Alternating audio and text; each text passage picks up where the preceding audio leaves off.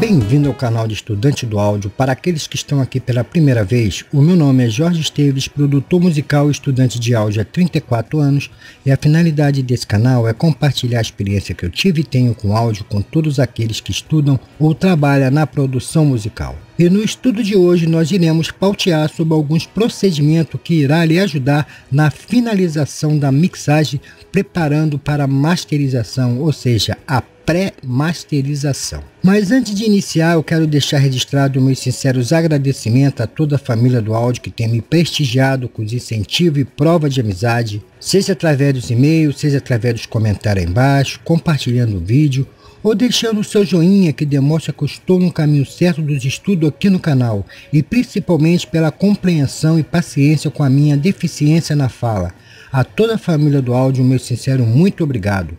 E se você não faz parte dessa família, se inscreva para que assim juntos possamos desvendar esse maravilhoso mundo das produções musicais. Dito isso, vamos ao tema de hoje. Depois de termos passado horas fazendo edição corretiva e criativa, depois de tanto esforço, finalmente chegou a hora de preparar a mix para a fase final, a masterização. Mas hoje, senhores, antes de entrarmos no foco do assunto, eu vou lhe confidenciar algo da minha vida particular. Acontece que há uns 6 anos atrás eu resolvi compor umas músicas, e como na época eu estava ligado a músicos de nome, estava com muitas gravações de grandes bandas, nos intervalos das gravações, de pura amizade, eles iam lá e tocavam seus instrumentos no meu projeto. E terminando toda a obra, que eu aprendi algo que eu tinha aprendido na teoria, eu vi que na prática realmente aquilo estava certo, apesar de quando eu ter aprendido sobre aquilo eu não ter aceitado. E isso em razão porque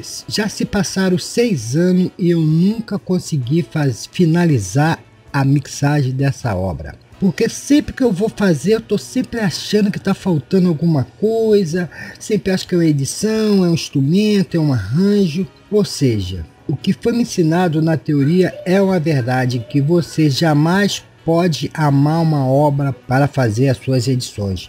E assim se passaram 6 anos e eu nunca consegui finalizar a mixagem. Porque sempre que eu ouço, como eu disse, sempre estou achando que está faltando alguma coisa. E olha que os amigos do ramo já se ofereceram para fazer a mixagem, mas por uma questão de honra eu insisto que tem que ser finalizado por mim. E sempre que eu finalizo um trabalho, como aconteceu ontem, eu sinto frustrado em pensar que a minha obra está há 6 anos inacabada e termina a obra de todo mundo rapidamente. A conclusão que eu quero compartilhar com você é que goste e admire a obra ao qual você esteja trabalhando. Mas não se apegue à obra, não se apaixone, não ame a obra, ou a sua mixagem será ruína. Isso acontece muito com os grupos, né? Que eu já vi acontecer muito, grupo quando vinham gravar um CD e não tinha ali uma pessoa experiente na produção. Então o conselho que eu sempre deixo, que a melhor coisa a fazer para esses pequenos grupos que estão começando é fazer a coisa num contrato por hora. Porque quando você faz por hora, você se preocupa realmente em levar já a coisa pronta. Quando você faz a coisa por um pacote, o que sempre acontece é que sempre acontece aquilo que aconteceu com a minha obra. No final da gravação, sempre os integrantes acham que está faltando alguma coisa e começa a colocar coisa, como eu já vi acontecer com obras que era maravilhosa, mas que no final ficou uma coxa do retalho, acabou que aquela obra foi para o lixo, de tanta coisinha que se ia colocando. E apesar de eu dar conselho, as pessoas já achavam que não, que aquilo era o melhor para a obra, o que não era. Mas vamos voltar ao foco do assunto. Então, antes de iniciar a fase de masterização, é fundamental que seja feito alguns procedimentos que muitas vezes acabam no esquecimento e vão acabar sendo uma dor de cabeça lá no final. Por isso que eu todas as vezes estou sempre repetindo aqui que uma mixagem perfeita é uma master perfeita, porque se tudo está padrão na mixagem, a masterização só vai ser feito aquilo que realmente ser preciso, não vai ser preciso usar de grandes correções, porque lá na frente é mais difícil corrigir algo que está em LR, ou seja, em estéreo. Você tem todos os instrumentos ali na sua frente, então é fácil você resolver o problema. Agora lá na frente já se torna mais difícil, você não mexe com um instrumento, você mexe com uma gama de frequência em conjunto. Então estou sempre lembrando isso, para nunca exportar uma mix em 0 dB, porque senão você vai ter que usar um compressor para resolver alguns problemas, e com isso o que vai acontecer? Vai saturar o áudio, vai achatar o áudio, vai estragar às vezes uma obra boa, uma mixagem mal feita consegue destruir uma obra boa.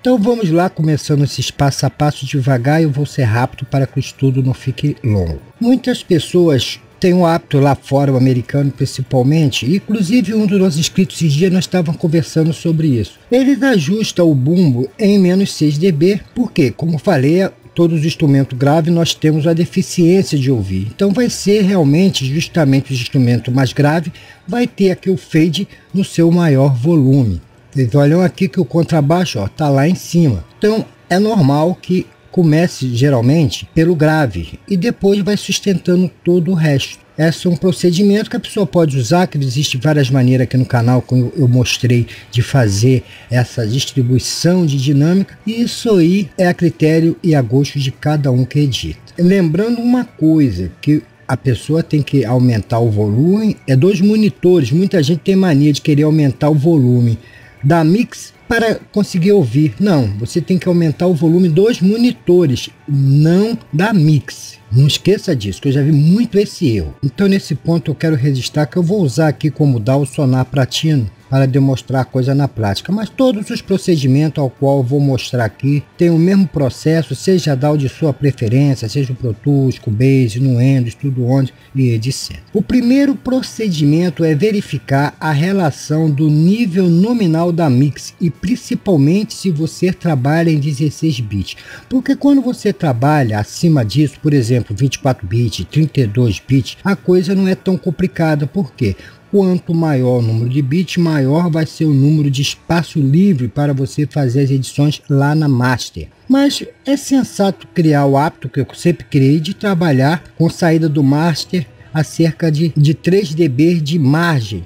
Ou seja, aqui teria batendo na casa dos menos 6. Eu vou tocar aqui e vocês vão ver isso. Ó. Vocês vão observar, ó, se está batendo aqui na casa do menos 6. Vê que conforme ia seguindo, ia chegar lá, já estava em 7, ia chegar a 6, que é o indicador de pico. Então esse pico tem que chegar a menos 6. E a melhor maneira de verificar isso é procurar onde os níveis estão atingindo o ponto mais alto durante a reprodução. Geralmente isso acontece, no refrão. E nesse ponto existe 3 caminhos que você vai ter que procurar: o individual, o coletivo e as ferramentas. Então a primeira coisa a observar é se as ferramentas não estão mal configuradas, porque às vezes na edição, por isso que eu digo, se preocupe com essa parte da edição, que é aqui que está realmente a coisa. Por quê? Às vezes você coloca um EQ, coloca um compressor que ele está lá saturando, ele está acima do nível de trabalho dele, ele vai estar acima do nível normal de operação. E logicamente que um canal com esse problema irá afetar o volume final na marcha de pico. Eu aqui botei aqui apenas para demonstrar esse EQ e vamos ver agora aqui, ó, que tá normal. Eu vou tocar a música aqui na parte que entra o EQ, eu vou aqui acelerar um pouco e os senhores observem o que vai acontecer aqui, ó. Coisas assim, logicamente que irá, eu vou excluir ele aqui, afetar lá na frente a sua mix final. Então observe primeiramente se as ferramentas estão bem configuradas. Lógico que você fez uma mixagem perfeita, isso não vai estar acontecendo, mas não custa olhar as ferramentas. Você não está vendo essa operação acima do seu nível normal. A outra coisa é observar se algum instrumento ele não está acima do nível de volume normal. Às vezes ele está muito alto. Então nesse caso, vamos supor aqui que seja esse piano. Então o que eu faria? Ia diminuir ele. Vê que agora lá já não está subindo muito, se preocupando com os 6 aqui de saída de pico. Assim você iria corrigir essa deficiência. Então veja por instrumento, talvez é uma peça que ela está enganando nossos ouvidos, está muito alto, então você vai abaixar. Se for o caso, ao invés de muitos picos, você vai usar uma compressão para dominar aqueles picos. Embora é lógico que tem certos picos na música que é comum, mas sempre respeitando aquela saída lá de menos 6. Agora chega ao ponto do coletivo. E haverá caso que é o coletivo, ou seja, a mix está realmente muito alta. Nesse ponto, o que você faria? Você iria, no caso, abaixar todo o conjunto. Ó, vou tocar aqui, ó.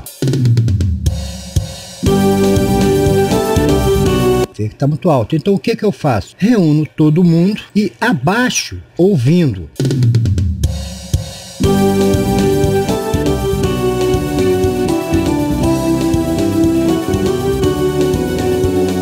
E isso, logicamente, procurando dar loop naquela área que está os picos excessivos. Então, naquela área você vem diminuindo todo o conjunto até chegar aqui a -6. Agora, a título de dica, é bom que você, quando está fazendo essa fase de edição, logo no início, você coloque aqui na Master um limiter.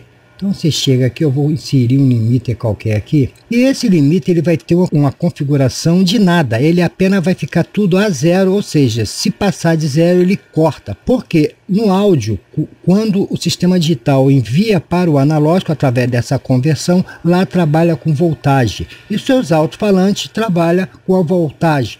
Isso já foi dito aqui. Quando ultrapassa, toda vez que clipa, na verdade, a voltagem lá está acima do limite, ou seja, os alto-falantes começam inicialmente a se saturar, fica aquele som ruim. Depois eles acabam, as bobinas começam a abrir, aí começa a queimar, ele começa a ficar ruim. Então, para defender os seus monitores que são tão caros, vocês coloquem lá, por quê? Assim evita, eu vou aqui botar aqui o som disso excessivamente, e vocês notem que isso aqui serve como uma proteção, vocês não vão aqui colocar nada, vocês não querem que ele corte nada, apenas está ali no zero, que não pode passar do zero. Primeiro que não pode passar de -6, então quanto mais chegar a esse ponto. Então vamos lá, ó, olha só.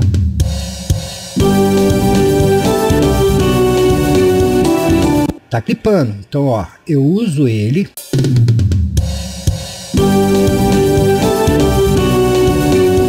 e veja que ele está aqui fazendo o que? Cortando, não deixa passar de zero. Então é bom que você sempre deixe um limite como proteção, lógico, não esquecendo na hora de for converter isso para masterização, balsear para exportação, chega aqui, jogue fora exclua esse limite que você colocar na master. Esse limite está ali como um fusível, ele é apenas uma proteção. Verificado que está tudo ok, então é hora agora de ver a última coisa, se está havendo incompatibilidade mono, porque você tem que se preocupar que a sua mix toque também em reprodutores mono, como PAs, né, de clube, de shopping, supermercado, celular quando está ouvindo pela sua caixinha ali. Então, ali é em mono, para saber se alguns instrumentos não estão sumindo e você poder consertar isso, né? Porque não pode haver incompatibilidade mono. Então, você toca em estéreo, ó.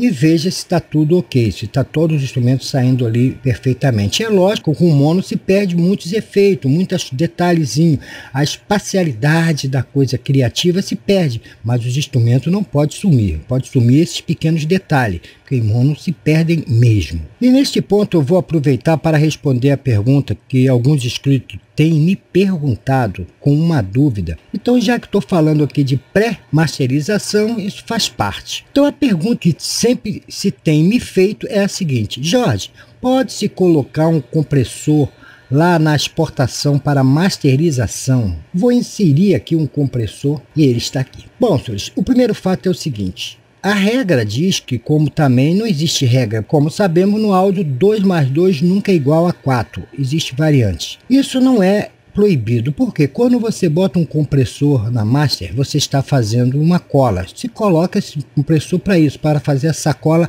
e essa diminuição de pico. Mas isso, se você tratou da coisa bem feita, não há necessidade. Mas o que eu quero dizer é que isso aqui é proibido, não é proibido. Eu vou colocar. Sendo que se você fizer isso, eu não aconselho muito, mas se você fizer, você vai usar o menor rede possível, você vai usar o menor threshold, vai usar isso aqui de uma forma muito sutil. Eu vou aqui, ó.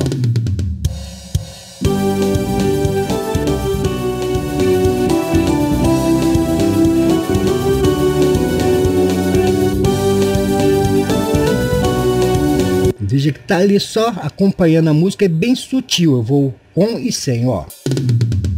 Com. Sem.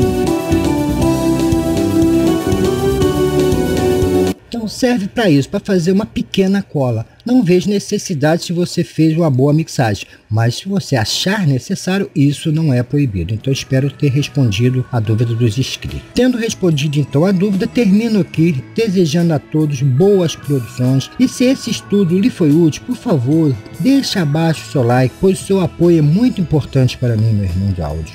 Um abraço a você, meu irmão do áudio, e até o nosso próximo encontro, querendo Deus.